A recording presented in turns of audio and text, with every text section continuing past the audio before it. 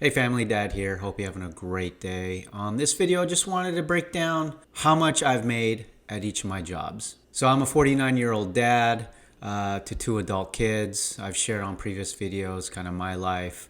I've been laid off 4 times and I've had 9 jobs total in my life. And I just wanted to share how much I've made at each job, what the benefits were, and what you should look for when you look considering a new job. So I did kind of my researching. I don't remember the exact dollar amount I've made, so I had to look up on SSA.gov, Social Security Administration. There you can kind of create an account and look at exactly year by year how much you made. Now I don't know. I think all that stuff is like all the numbers that I saw were after taking out Social Security and Medicare taxes, but I'm not quite sure on that. But if you have any comments on that, would love to hear it. 1999 is when I graduated college, and then that was my first job, was in 1999, and then I worked for the company as an entry-level job from 1999 to 2006. First full year from 1999 to 2000, my total comp was roughly about $35,000 a year. Now, over the course of that time from 99 to 2006, my income had I think I maxed out roughly to about $52,000 for the year. Now that broke down to like a base salary and bonuses. So the last probably couple years during my tenure with that first job, I got into management level. And once you're management level, you start getting a salary plus a bonus. You were also able to take a company car home once you get into management level. So that was kind of a nice perk to have to save on gas.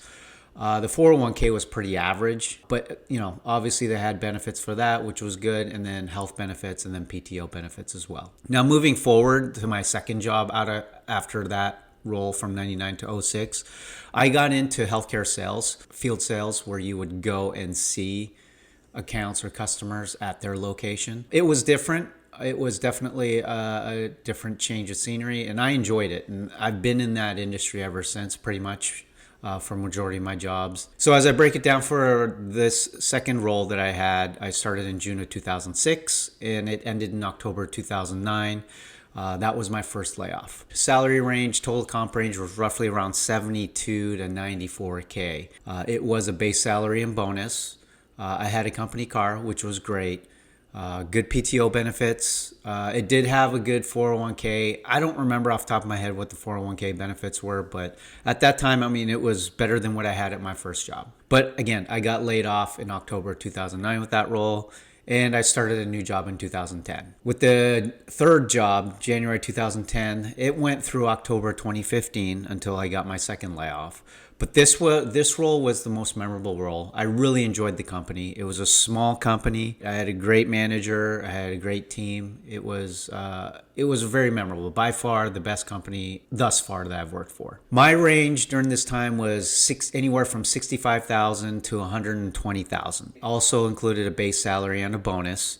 Like I said, it was a great company. I also got a company car to go out and see customers. It was a very generous PTO. I think it was just like every 2 years you would get an additional week or something like that. It was great work-life balance.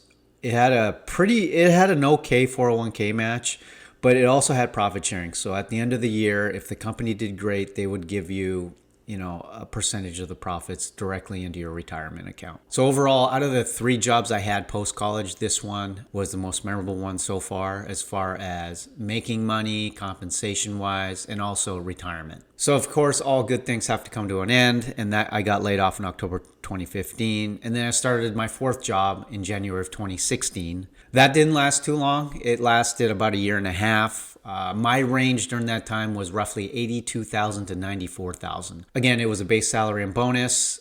With this one, though, I did not get a company car. I got a car allowance. Basically, you have to buy a car, and then the company would reimburse you for a car allowance program. I don't remember how much I got. I may have gotten roughly about $500 a month. Plus, they would give you mileage. The mileage was okay. It definitely covered my car payment and then gas and maintenance and things like that. I didn't make out a lot of money. I mean, again, I didn't have like a luxury fancy vehicle. I had a 2010 Prius during that time. But yeah, anyhow, it covered all that, so I was happy. Like I said, it only lasted for a year and a half. I was looking for new opportunities. It wasn't something that I really wanted to do. I think it was just, I had to take it because I got laid off. I learned a lot though. I had a great leader, direct, so that was fun. Great team. But at the end of the day, I just wanted to get back into a different role.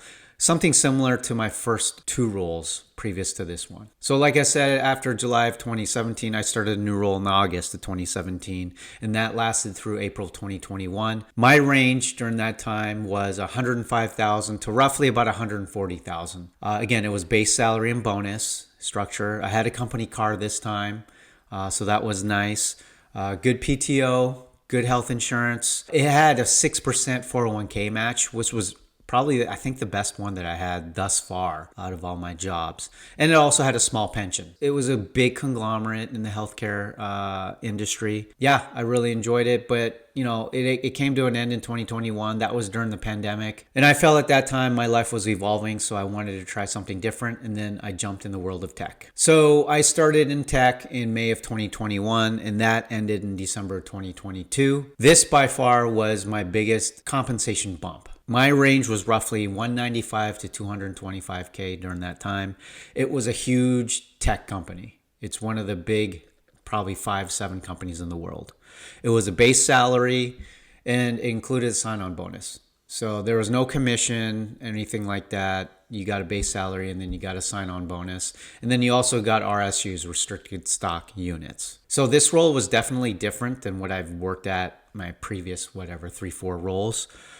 There was definitely more hours that were involved. I was working with worldwide teams. It was not fun times, I'll be honest. I enjoyed my team, but just the hours and the work, it was just different. I wasn't accustomed to this type of work. It wasn't enjoyable, at least on my end. The PTO was okay. The 401k match was below average comparatively to what I've had before. But, they pay you up front with sign-on bonus and RSUs, and obviously that's your job, just to save and invest that part towards retirement. But I think one of the biggest things with this role in tech was, I felt like I was also working during my PTO, and that was a huge red flag for me. But fortunately, at the Q4 of 2022 was the beginning of the tech layoffs. I was impacted. I think my productivity also showed. My heart wasn't into it, and I think it definitely showed. And I was shown the door at the end of the day. I did get a very generous severance package, but anyhow, I ended it in that role in December 2022. I started a new role in February 2023, and this role was back in healthcare sales. My range was definitely lower than tech. It was right around 125 to 145. Again, it was base salary, bonus, commissions every quarter that was paid out. It also included a generous PTO and also generous 401k.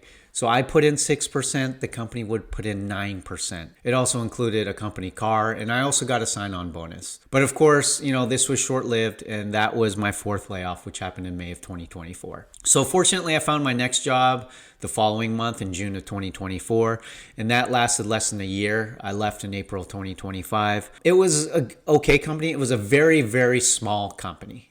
There was only 25 employees, top to bottom. They've been around for a little bit. They've had some challenges as far as scaling. But anyhow, I took the role because I was really intrigued about how small the company was, and maybe I could work collaboratively with other internal partners. But it was short-lived. I found one of the challenges was, as far as career-wise, you didn't work really with internal partners. It was very siloed. And I think that for me, that was kind of a negative. And I decided, I wanted to move forward, move on. 110 to 143 base and bonus, but also they gave us a car allowance, which was kind of nice. It was about $900 per month, a little more generous. I've only had one other car allowance before, but I felt like this was pretty generous. And they also reimbursed you for miles at 25 cents per mile. So I made roughly, I think about, I want to say $800 per month on mile reimbursement. And of course, that covers for gas and maintenance and any kind of repairs, insurance, and things like that. This company provided me a $100 stipend per month on internet and cell phone because we were using our own cell phones. So that was kind of nice. It also had unlimited PTO. Even though I was there for less than a year, I think I took like 4 weeks, 5 weeks off during that time, and there was no conflict with that whatsoever. So that was nice. As far as 401k contribution, it was about 4%. So you put in 6% to your 401k, they contribute 4%. It was a little less than average than what I've had before in other healthcare companies, but they also contributed $1,000 to your HSA. As long as you put in at least $1,000. So that was short-lived. It was less than a year. And in April of 2025, I left that company and started a new company. I've shared that in a previous video. This was a significant bump in income as well. My range currently right now, and I haven't had a full year with this company. I've only been with this company since April. But my projections is roughly, starting from my basis, which is 150,000. My total comp could be right around 215 to 220 every year. And that includes a base and a bonus, a commission structure. I did get a sign-on bonus as well with this company. They do provide a company car, which is nice. And that's roughly about $130 a month that comes out of my paycheck. But that covers, the car, the maintenance, the gas, the insurance. If the car breaks down, the car has a flat tire, all you have to do is call a 1-800 number, and then they take care of everything and they provide you a rental. It's pretty nice to have that little perk. As far as 401k, again, it's above average. I contribute 6%. They contribute 9.75%. They do a internet allowance as well, $50 per month. And then they do a HSA contribution, which is $1,000 per year. So I'll keep you posted on this role that I'm in right now. So far, so good. I really enjoy it. I enjoy my manager. I enjoy the team. Now, a few thoughts. As I look back at all my roles, I've had 9 roles. As far as compensation wise, as far as your job, look at the full picture of compensation, not just salary and any kind of commission. You also want to look at your healthcare coverage. You also want to look at, what they contribute for 401k, HSA.